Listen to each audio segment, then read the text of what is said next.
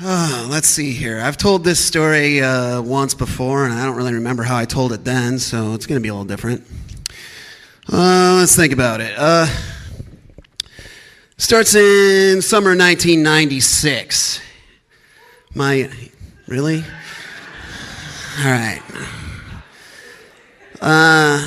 My eldest brother, Jeff, called my other brother, Trevor, and he said, Tyson was in a really bad car accident. His Chevy Cavalier crossed over the center line on Highway 12 coming back from Madison to Baraboo and hit a semi with 4 tons of corn in it head on. And Highway 12 is closed now. And his engine was sheared in 2. And when the EMT got there, they had to pull back the roof of the car and break out a window to get at his body. And I know what you're thinking. I die at the end of this story. Or at least that's what Trevor was thinking, because he was like, is he all right? And then just, oh yeah, he'll be, well, I mean, they're putting him in the helicopter.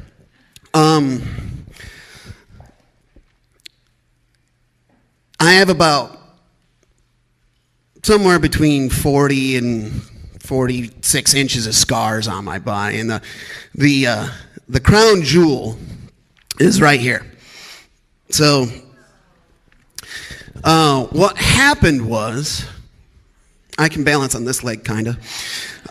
What happened is when my car crossed over the center line,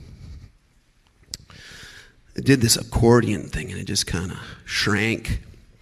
And my leg bent underneath my seat.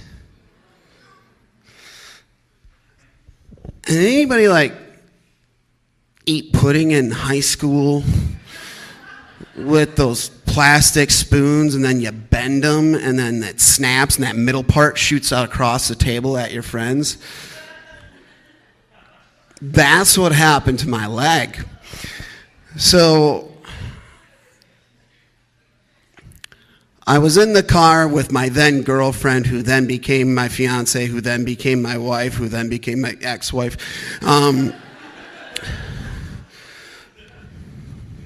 She's a great person, amazing co-parent, but we were in the car, and she took relatively minor injuries compared to me. But when the EMT got there and he was looking in the car, and he's looking, trying to figure out what's going on, because all they see is just me screaming. And he's like, I don't know what's wrong. So he did break out the back window and looked, and underneath the seat, there's 4 sprigs of bone coming out at him. And the only thing that's holding my leg together is my calf muscle.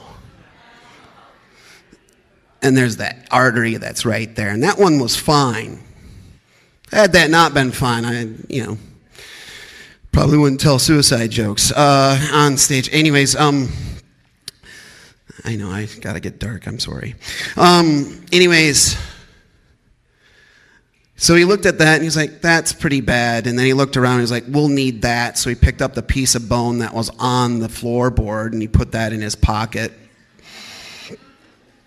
And then they ripped the roof off, and they took the chair out, and then I got into the ambulance, and then they took me to the Sauk Prairie Hospital, and I was in a lot of pain. And at some point in time, my brain turned off, because I also took a blow to my face, and I caved in a good chunk of my face, and my brain just turned off. It was just too much pain. So I kept on kind of fading in and out, and I'd wake up and be like, what happened? Like, you were in a car accident. Like, I feel terrible. Did I hit a truck? I'm like, yeah, you did. And then be like, was Amanda with me? And they're like, yes. And then I'd cry. And then be like, is she okay? And then be like, yes. And then I'd get happy. And then I'd be like, will she marry me? And they're like, oh, that's so sweet. And then, settle down there, killer. And then I'd kind of pass out for a little while, and then 5 minutes would go by, and then I'd do it all over again.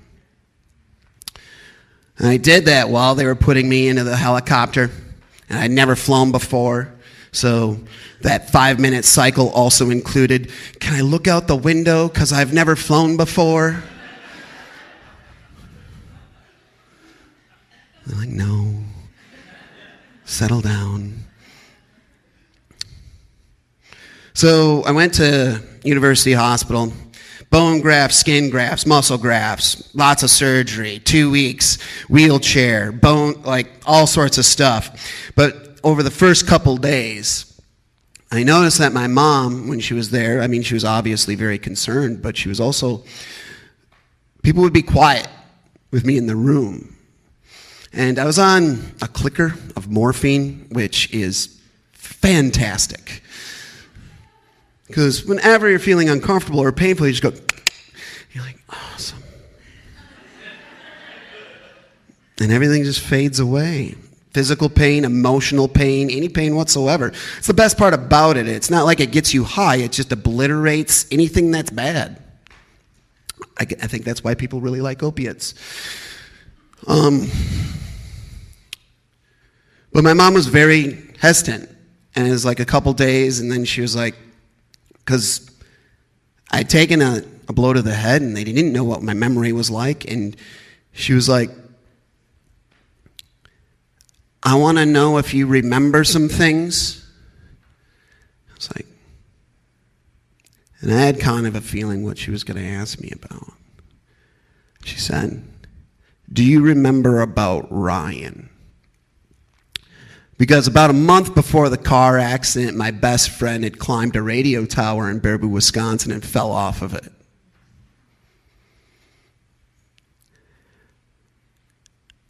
I was like, click.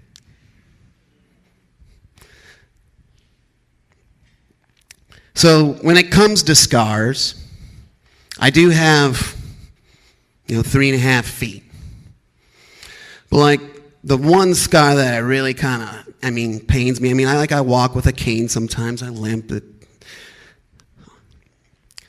The scar that really kind of bothers me is that, I was a stupid 19-year-old kid, and I didn't really tell my best friend how much I really cared about him. And that's the scar that I carry with me. Because I never got to tell Ryan I loved him. So, while I might get beat up and, have physical deformities and stuff, it's about what you say, not what you're left with. All right, thank you.